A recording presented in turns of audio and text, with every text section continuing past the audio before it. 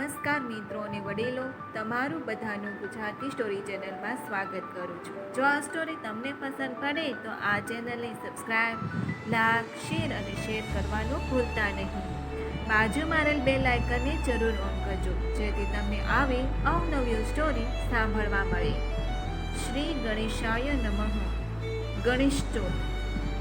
ભાદરવા સુદ ચોથને ગણેશ ચોથ કહેવામાં આવે છે. આ વ્રત કરનારે ઘરમાં વાંચતે ગાજતે ગણપતિ દેવની સ્થાપના કરવી, રોજ ગણપતિનું પૂજન કરવું, ગણપતિની પવિત્ર કથા કરવી, મીઠાવાળી ચીજ ખાવી નહીં, ગણપતિને લાડુ તથા માલપુવાનું નૈવેદ્ય ધરાવવું, ભોજન કરતી વેળા બોલવું નહીં, રાત્રે ભજન કીર્તન કરી ચંદ્ર દર્શન કરવું. એક દિવસ ભગવાન ગણેશ અષ્ટસિદ્ધિ ભરીને કૈલાસ પર જઈ રહ્યા હતા. એટલામાં ચંદ્રની નજર ગણેશજી પર પડી. ગણેશજીની મોટી ફાન, લાંબી સૂંઢ અને કોળ મોટર દહ જોઈ ચંદ્ર ખડખડાટ હસવા લાગ્યા અને તેમની મશ્કરી કરવા લાગ્યા. આથી ગણપતિજી ચંદ્ર ઉપર ખૂબ જ ગુસ્સે થયા અને શાપ આપતા બોલ્યા, ચંદ્ર, તને તારા રૂપનું અભિમાન આવી ગયું છે. તે આજે મારી મશ્કરી કરી મને ઉશ્કેર્યો છે. માટે તને મારો શાપ છે કે આજના દિવસે એટલે કે ભાદરવા સુદ ચોથને દિવસે કોઈ તારી સામે જોશે નહીં, અને જો કોઈ ભૂલે ચૂકે જોશે તો તેના પર અંધારી આફત આવશે. ડરનો માર્યો તે જળમાં રહેલા કમળમાં છુપાઈ ગયો. આથી ચારે કોર અંધકાર છવાઈ ગયો અને હાહાકાર મચી ગયો. સ્વર્ગના દેવોને આ વાતની ખબર પડી એટલે તેઓ બ્રહ્માજી પાસે ગયા અને કહેવા લાગ્યા, બ્રહ્માજી, ચંદ્રને ગણપતિજીએ શાપ આપ્યો છે. આના કારણે તે પીડાઈ રહ્યો છે. આ શાપનું નિવારણ આપ બતાવો. બ્રહ્માજી બોલ્યા, ગણપતિનો શાપ કદી મિથ્યા જતો નથી.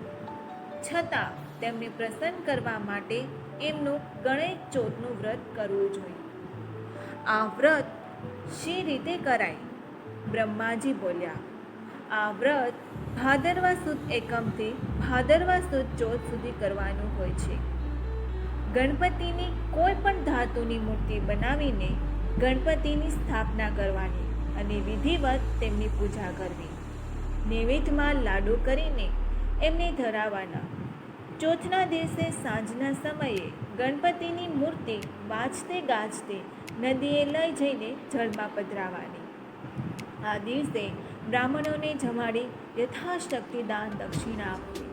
આ વ્રત ભક્તિપૂર્વક કરવામાં આવશે તો ગણપતિજી અવશ્ય પ્રસન્ન થશે અને ચંદ્રને શાપમાંથી મુક્તિ મળશે. દેવોએ આ સંદેશો ચંદ્રને પહોંચાડ્યો.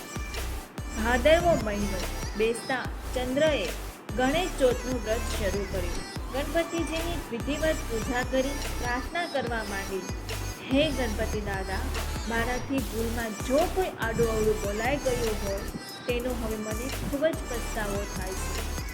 આપ તો દયાળુ છો, મને ક્ષમા કરો અને આપના શાપમાંથી મુક્ત કરો. ગણપતિ ચંદ્રની ભક્તિ જોઈ ખુશ થયા.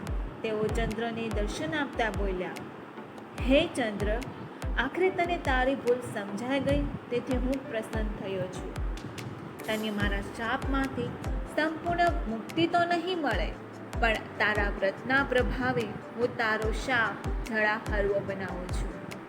જો કોઈ પણ વ્યક્તિ ભાદરવા સુદ બીજના ચંદ્ર દર્શન કરે પછી ચોથના દર્શન કરશે તો તેને કોઈ પણ જાતનું સંકટ નડશે નહીં.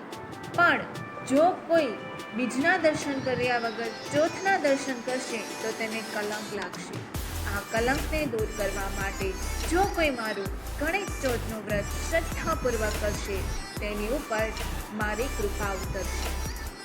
હે ગણપતિ દાદા, તમે જેવા ચંદ્રને ફળ્યા તેવા તમારું વ્રત કરનાર, કથા સાંભળનાર, કહેનાર સૌ કોઈને ફળજો અને સુખ શાંતિ તથા સમૃદ્ધિ આપજો.